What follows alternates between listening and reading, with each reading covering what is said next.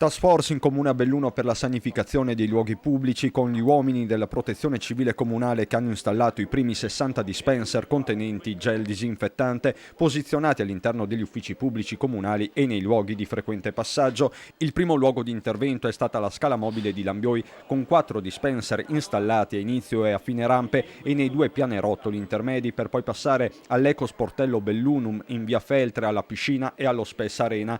Lunedì si proseguirà poi con il posizionamento nei restanti impianti sportivi, nei luoghi della cultura, negli uffici comunali aperti al pubblico e anche nei back office comunali. Tutti i dispenser sono accompagnati da un cartello in 5 lingue, italiano, inglese, tedesco, spagnolo e francese, che invita i cittadini a utilizzare il gel disinfettante. Da Palazzo Rosso ricordano che il corrimano delle scale mobili viene sanificato quotidianamente con alcol e detergenti espressamente consigliati per contrastare il coronavirus. Abbiamo iniziato con questa operazione e nei prossimi giorni installeremo altri dispenser nei luoghi pubblici che registreranno questa necessità, ha spiegato il sindaco di Belluno, Jacopo Massaro.